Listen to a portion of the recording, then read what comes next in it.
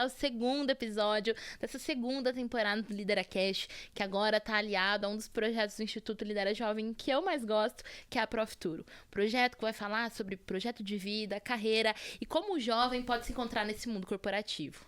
E é justamente isso que a gente quer provocar aqui, né? São conversas sinceras, reflexões e histórias que inspiram, né?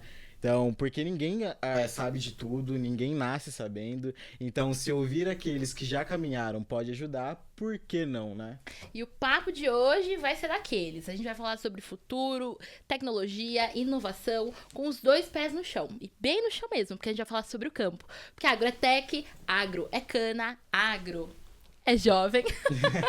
E a gente tá aqui com uma pessoa que sabe muito bem disso, tá? A gente tá aqui com o Jorge Luiz Murelli, que ele é engenheiro agrônomo, com mais de 40 anos de atuação no setor agrícola, já passou por grandes empresas do meio agro, sempre apostando em inovação e desenvolvimento. Isso já é um spoiler do que o episódio vai estar recheado, né? Hoje ele é sócio proprietário da Agrícola Três Lagoas e atua como diretor institucional da Ascana, patrocinador desse episódio da segunda temporada do LideraCast. Jorge, seja muito bem-vindo. Bem-vindo. Obrigado por aceitar participar com a gente. Pra gente já começar aquecendo, eu queria entender como foi o seu processo de iniciar a sua vida profissional. Como foi entrar na vida profissional e encontrar ali o agro. Agradeço a oportunidade. Na verdade, eu tenho uma origem, né, a gente não chamava agro na época, né? Não era assim tão chique. Era agricultura, né? Era lavoura, né? Então, até o trabalhador era chamado de lavrador, né? Agricultor, né? Lavrador é de trabalhar, né? De lavrar, né? E, na verdade, eu nasci na usina, né? Meu pai trabalhava lá na usina. Ele era, antes de vir trabalhar na usina, foi bem no início, ele era meeiro de café.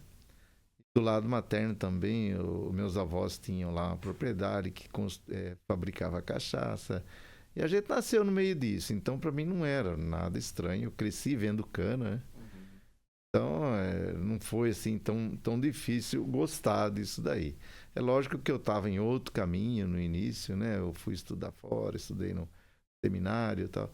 Quando de lá eu saí, aí eu fiquei também meio sem saber muito o que fazer, né? Mas aí a gente acaba sendo incentivado por outras pessoas, né? Por exemplo, eu tinha lá um primo meu muito próximo, aí foi criado junto, né? Que é o Luiz Carlos Dalben.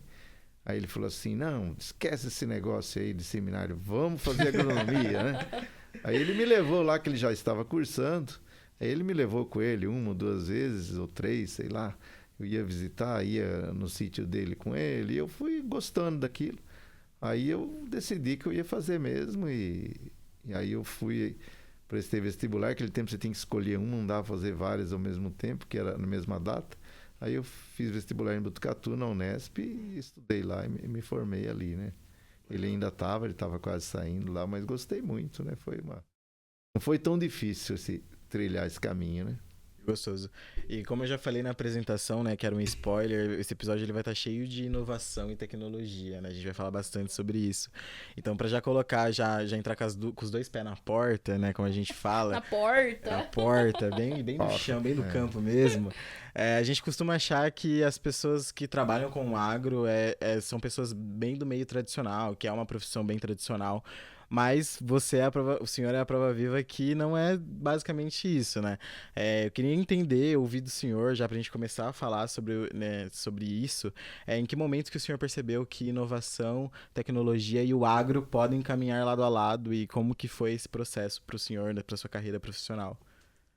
Então, na verdade, a agricultura, ela sempre foi feita de inovações, né? Mesmo quando as técnicas eram mais rudimentares, você tinha, por exemplo, mas é muito simples, né? A gente fala de melhoramento genético, né? Que você ter a melhor cultivar, a maior produtividade, geneticamente modificado. Hoje você vai plantar, você compra semente, né? Você não vai mais usar a semente que você produziu lá, o grão lá, né? Mas antigamente, quando não tinha isso, como é que evoluía isso? Aí o agricultor ia lá, aí eu vou plantar milho, eu preciso guardar semente para o próximo plantio. Ele separava as melhores espigas, as que tinham grãos maiores, as mais sadias, e ele já fazia uma seleção, né, que a gente chama. Melhoramento, mas nada mais é que, no seu modo tradicional, é uma seleção de variedades, a gente chama de cana, né? Tem uma seleção de variedades. Então, e cana-de-açúcar, que é uma cultura foco aqui, que é a cultura que eu trabalho, a cana-de-açúcar é muito antiga, ela entrou no Brasil em 1532. E depois foram criados os centros de melhoramento, e a origem é a Índia, né? A Índia é a referência dos centros de melhoramento, né? E isso tudo, não estou falando assim, nós estamos hoje aqui, né, 2025, mas quando eu entrei na usina trabalhar em 83, a gente plantava uma variedade que ela teve sua origem, o seu cruzamento, por exemplo, em 1948, 1945, né? E já tinha no Brasil instituições já de melhoramento, instituições fazendo estações experimentais onde se fazia esse cruzamento para obter variedade, que era em Campos Brasil, Campos, né, no Rio de Janeiro, ou seja, tinha as variedades do Instituto Agronômico, e depois foram outras instituições. Então, essa inovação sempre existiu. E você fala, eu percebi, na verdade, quando eu estava estudando, já fui tendo muito contato com isso, né? As universidades, elas têm a pesquisa básica, né? E você ia lá fazer estágio, você acabava conhecendo. Então, isso foi despertando essa vontade. E quando eu vim para trabalhar aqui na usina Barra Grande, na época, a usina Barra Grande estava estruturando um setor de desenvolvimento agronômico para fazer aquela pesquisa mais aplicada a campo, porque ela já tinha convênio com a Copersucar, convênio com o Instituto Agronômico, com as instituições, e é lógico, eu queria implementar técnicas agronômicas que melhorassem a produtividade. Todo ano estar introduzindo novas variedades mais produtivas, técnicas de adubação, técnicas de mecanização. Então, eu entrei nessa área para trabalhar nessa inovação. E, paralelamente a isso, lógico, sempre havia inovação em máquinas e equipamentos, né? Isso aí sempre teve, né? O que vê hoje é que hoje é muito mais rápido, né? Na época era mais lento, mas tinha, vamos dizer, muita gente voltada já para isso daí, né? Então, a inovação, não querendo assim, falar uma palavra muito parecida, mas a inovação, ela traz novidades, mas não é novidade, sempre houve, esteve. Né? É um aprimoramento, né, do processo, às vezes otimizando os recursos, porque acho que nas empresas, assim, o maior objetivo é como a gente produz mais, gastando menos, né?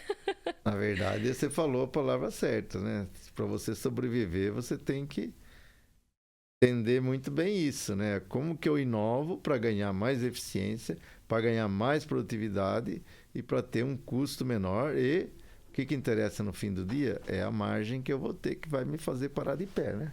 Com certeza. Verdade. A gente está falando de um país que depende do agro, né? Que a atividade agrícola é muito importante para a economia do cenário.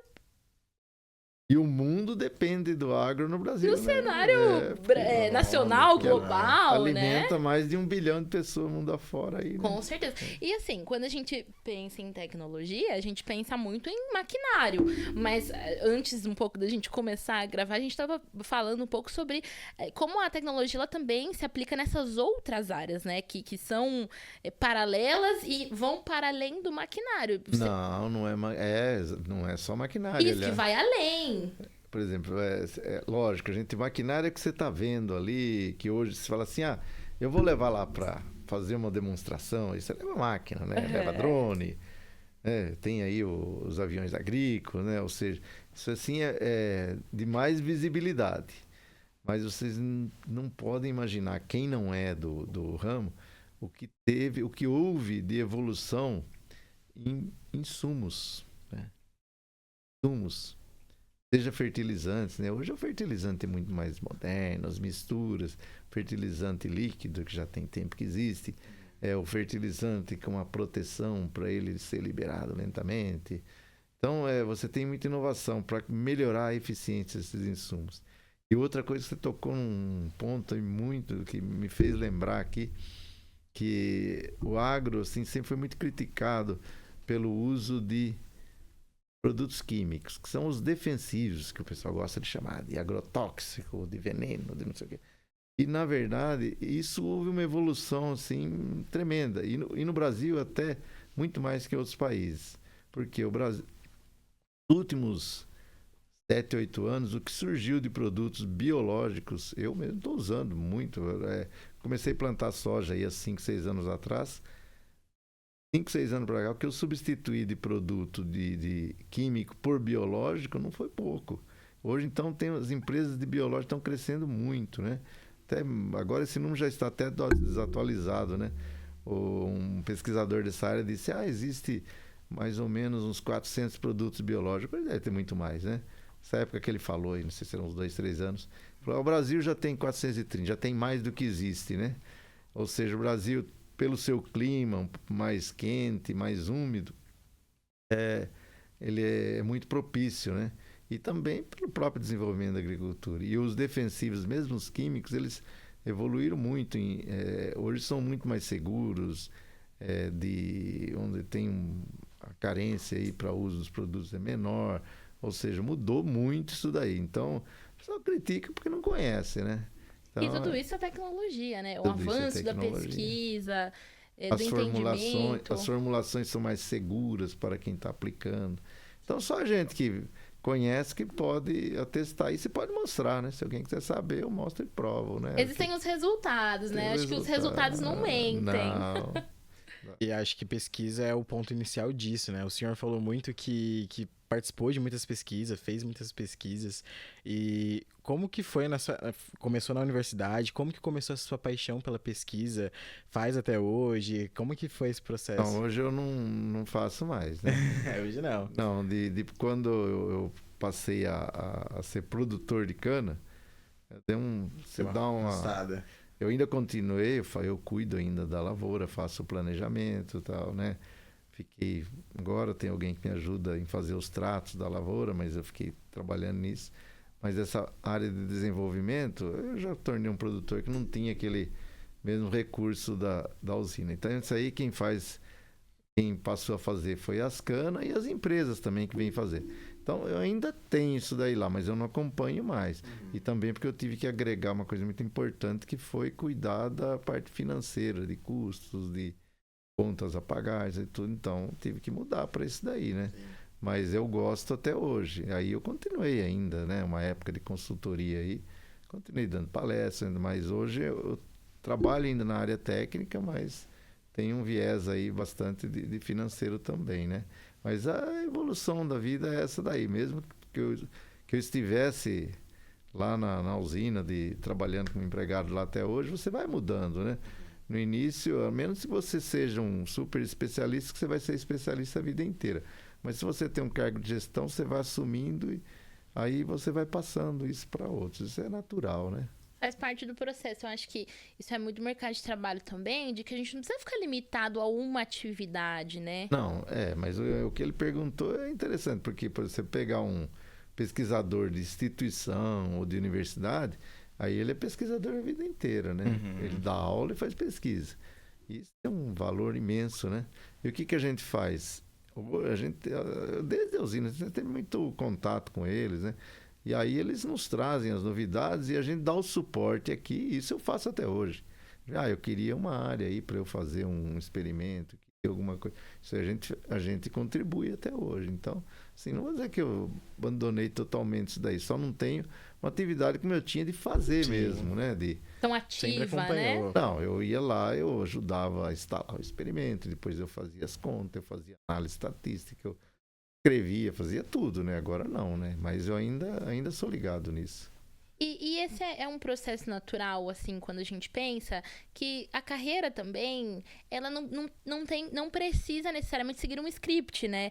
Uma vez que você decidiu lá nos seus 18 anos, você não seguiu, assim, você não escreveu um roteiro, né? Eu vou ser estagiário e depois eu vou trabalhar com pesquisa e as oportunidades vão chegando e aí você vai se adequando a elas e estando pronto, assim, vamos dizer.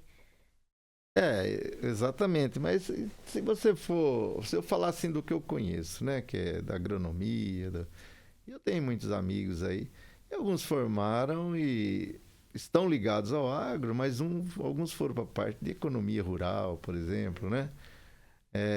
Outros foram para o exterior, teve gente que preferiu trabalhar na área de paisagismo, e teve gente também que foi trabalhar em banco. Está fazendo alguma atividade lá voltada ao agro, com crédito, tá? Então, teve gente que foi trabalhar com máquina, teve gente que foi para pecuária. Então, que você falou, lógico, as oportunidades vão aparecendo, você vai descobrindo, né? Aquilo que realiza, aquilo que você pode evoluir, né? E falando sobre pesquisa, sobre desenvolvimento, sobre inovação, o campo hoje ele é um laboratório a céu aberto, né?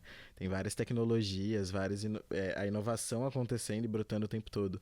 Dessas tecnologias, dessa inovação, de tudo que é revolucionário até hoje, no dia a dia, o que você considera mais inovador, assim, e que você acha que mais contribui para essa produção hoje em dia?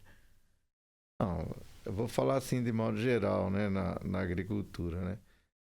Há uns 40 anos, ou no início da década de 70, o Brasil era inexpressivo. O Brasil era um importador de alimentos, né? Então, eu acho que o grande impulso que houve foi a criação da Embrapa, que levou a agricultura para o cerrado, né? Levou para onde nem se pensava em produzir, né? Então a gente vê essa agricultura como é hoje, e quem conheceu como era lá atrás, era uma agricultura muitas vezes só de subsistência e não era empresarial, né? Então eu acho que a grande inovação foi essa virada de chave aí de agricultura, vamos dizer, de pequena para grande agricultura. Agora você vai falar, mas e a agricultura familiar? É importantíssimo, porque se você imaginar ali, que a gente é uma realidade aqui na nossa região que você não vê. Mas, por exemplo, vá lá para o Cinturão Verde, em torno de São Paulo, ou vai para o sul, para o Nordeste, você vê fruticultura, você vê pivôs de irrigação, né? Como eu estava lá, fiquei um tempo lá na região de Unai, perto de Goiás, lá, Cristalina, região de muito pivô, produzindo feijão. Então, você vê, assim, várias vertentes aí. Então, tem essa vertente empresarial, que o pessoal até critica, produzir Mato Grosso vira um campo de soja. Mas você tem os outros ramos da agricultura, inclusive a agricultura familiar, que presta uma grande contribuição e que bota alimento na mesa. Então, você tem que considerar tudo. Mas a grande inovação foi, vamos dizer, a criação da Embrapa, de novas cultivares, no caso da cana, de novas variedades, e que isso deu um impulso e permitiu esse crescimento.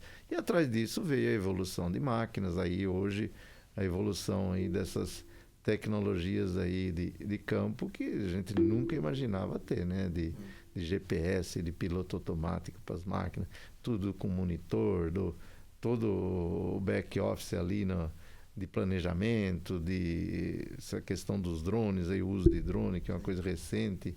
A aviação agrícola já é mais antiga, mas ela também se aprimorou bastante, né? Então, isso aí o Brasil realmente é de ponta nisso, né? Não deve nada para ninguém, né? O agro é forte. O agro é forte. E aproveitando, assim, quando a gente fala de inovação, de tecnologia, a gente está também falando sobre capacitação, porque para operar esse maquinário, essas novas tecnologias, eu imagino e acredito que é um processo de aprendizado de você realmente, assim, conseguir operar a partir de novos conhecimentos, novas habilidades e desenvolver isso.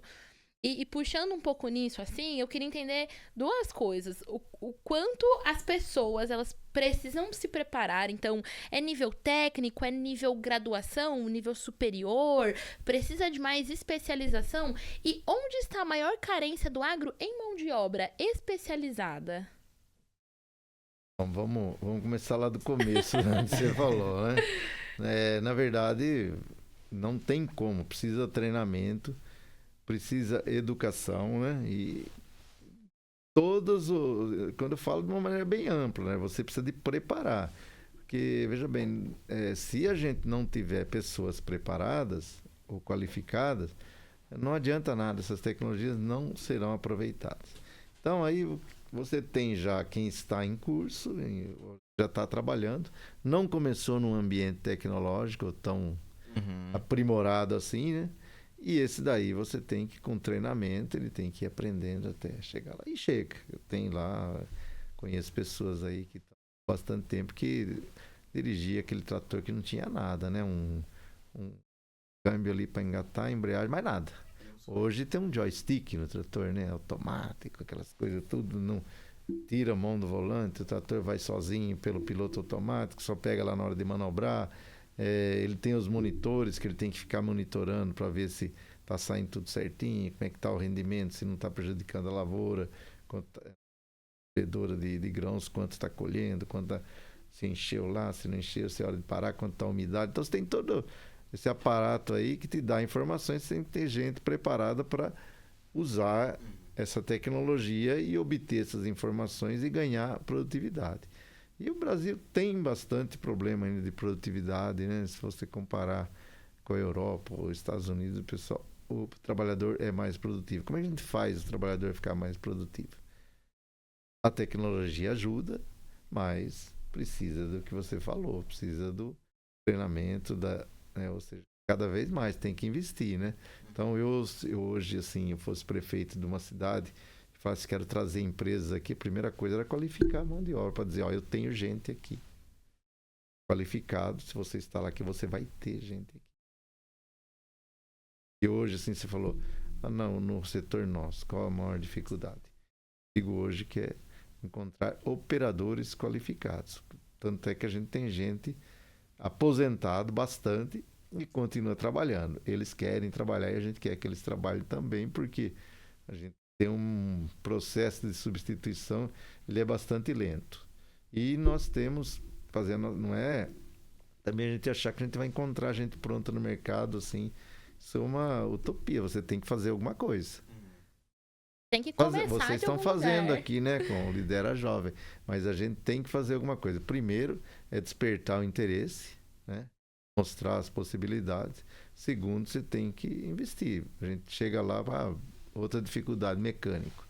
O mecânico não é mais como era, né? Hoje, aí o que você faz? Tem o Senai, você vai lá e paga o Senai para uma pessoa que entrou a trabalhar com você, você vai formar um mecânico, vai formar um eletricista de máquina, né?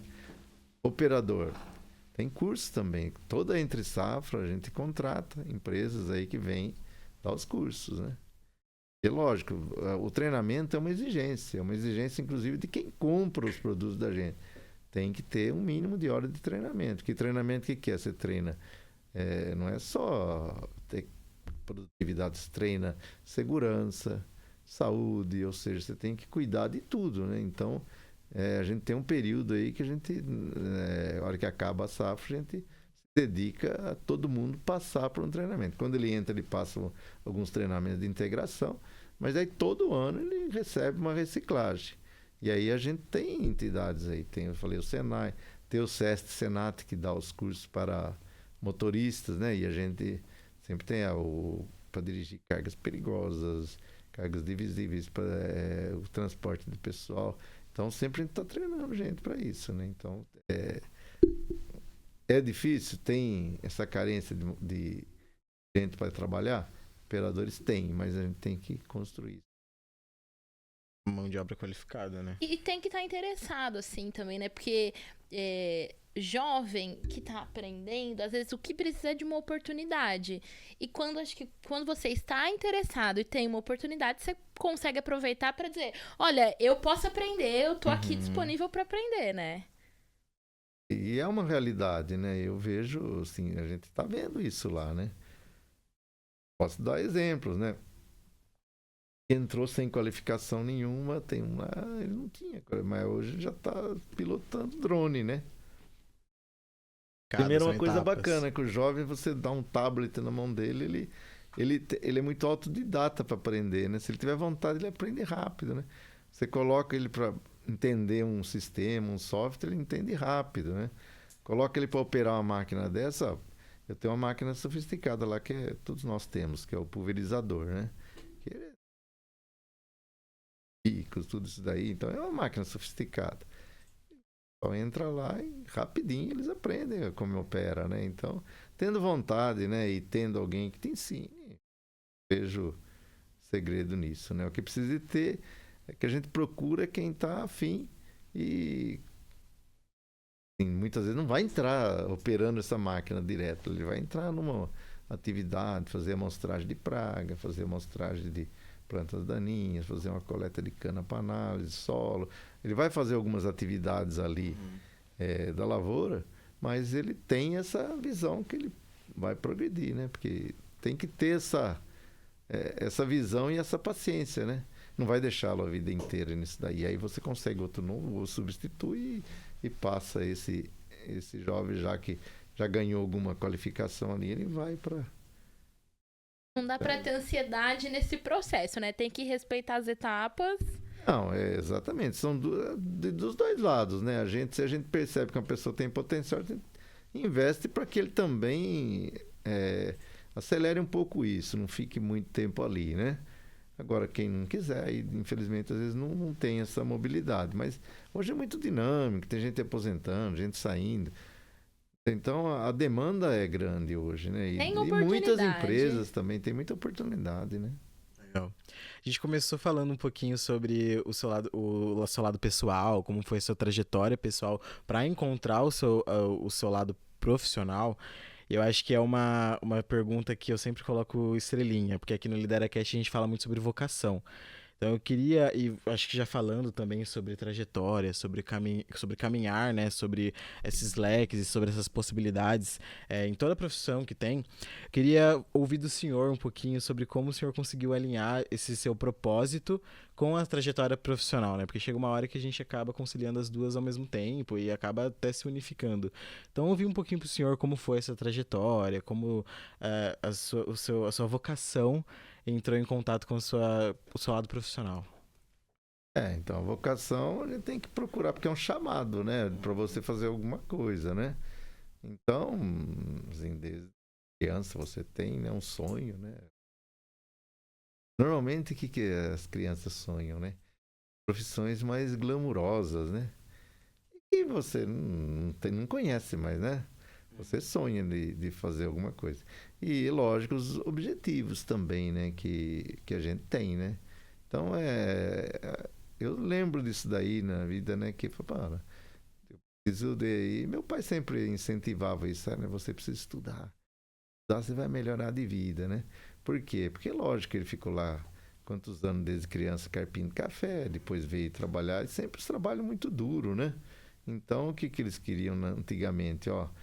Até era uma coisa engraçada a gente falar, né? Falava assim, ó, fulano tá trabalhando lá no escritório, porque o escritório era na sombra, era, né? Conforto. Limpinho, não transpirava. Então, achava que lá era o... Mas hoje não é, né? Mais, né? Não tem, né? O escritório seu é onde você estiver, né? Então, na verdade, no meu caso, eu tive até uma vocação quando... ainda criança, queria lá e resolvi entrar no seminário lá, queria estudar para padre, lá, gostava muito disso e tal, né? Sem ninguém falar nada para mim. Aí eu fui lá, fiz um estágio lá, gostei e fiquei 6 anos lá. Aí até que chegou um ponto que eu falei, não é bem isso, eu acho que eu estava... Você vai procurando caminhos. E para entrar nesse negócio do agronomia, aí, lógico que eu tive, como eu já falei, né? Tive alguns incentivos, foi. E como é que a gente vai descobrindo? A gente vai descobrindo construindo, né? A gente não sabe se o que a gente vai fazer vai dar certo, se é aquilo mesmo.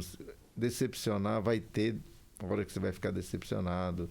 Vai ter hora que você vai achar que podia estar andando mais, que está muito devagar. O que eu preciso de fazer para dar uma acelerada? Então, isso aí é natural, né? É uma coisa assim que você vai... A vida é feita de descobertas, né? E o propósito que a gente... Ali por quê? O propósito são seus objetivos, né? Você tinha e você vai persegui-los, né? No meu caso, eu sabia, assim, pensava já onde eu queria chegar e fui até chegar, né? Então, assim, o início da carreira é uma coisa muito interessante. A velocidade de aprendizado parece que é maior. Você tá jovem, né? Tudo para descobrir ainda, né? Depois você continua aprendendo a vida inteira. Hoje eu sair daqui amanhã, vou fazer alguma coisa diferente, vou aprender, vou ter que aprender. Não tem como. A gente que faz cana, que é por safra, por ano, a gente fala que nenhuma é igual a outra, né? Um ano chove mais, outro chove menos, um ano dá geada, outro não dá, um ano o calor é maior. Então, um ano dá chuva de pé, do outro não dá. Então, cada ano é muito diferente. E isso, cada ano é um aprendizado. Então, para mim, eu consegui alinhar perseguindo isso daí. Ou seja, procurando aprender, sempre mirando naqueles objetivos que a gente quer alcançar. Então, foi assim, né? Então, a gente está aí até hoje. Se eu não gostasse, eu já teria parado de trabalhar, né? Mas a gente... Muda da rota. Acho que gostou, pelo jeito. Gostei muito, né? Quantos anos já no mercado do agro? 42 anos. 42. É mais do que eu e ele tem de vida junto. Eu vi isso essa semana, segunda vez que eu escuto.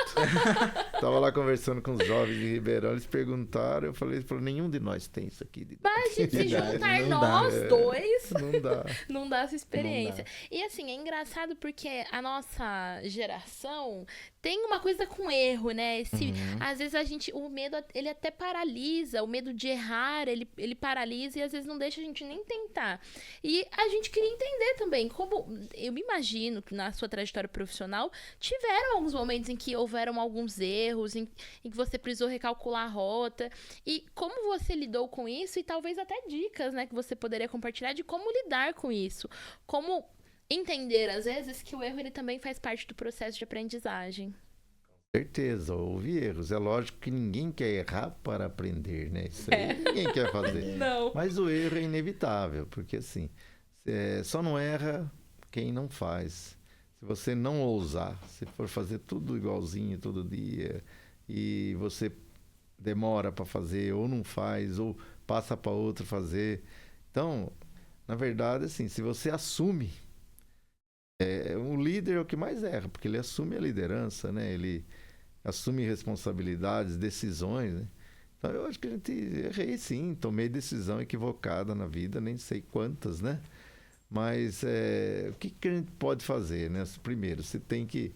Lógico, o erro você tem que ter bom senso, né? Você não pode insistir nele, né? E aí como é que eu faço para errar menos ou para que os erros não me tragam tanto prejuízo, né? Tento errar junto, né? Eu te chamo, nós vamos conversar, nós vamos junto, né? Então eu faço isso até hoje. Ó. Hoje à tarde mesmo estava aqui, à tarde ligando aí para sucessora nossa lá, que é filha do meu sócio, trocando ideia com ela. O que você falou? Falei, fica tranquilo, nós vamos achar o caminho, nós dois conversando, nós vamos achar. Então, a melhor maneira para você lidar com isso, que vai ter erro na vida, é primeiro você ouvir, né? Tem muita gente que erra também porque não ouve ninguém, né? Então, você tem que ouvir as pessoas, principalmente a opinião diferente da sua, que às vezes contraria, é incômodo, mas tem que ouvir e tem que dar chance, né, para as novas ideias, né? E também tem que saber lidar com as pessoas que erram, né?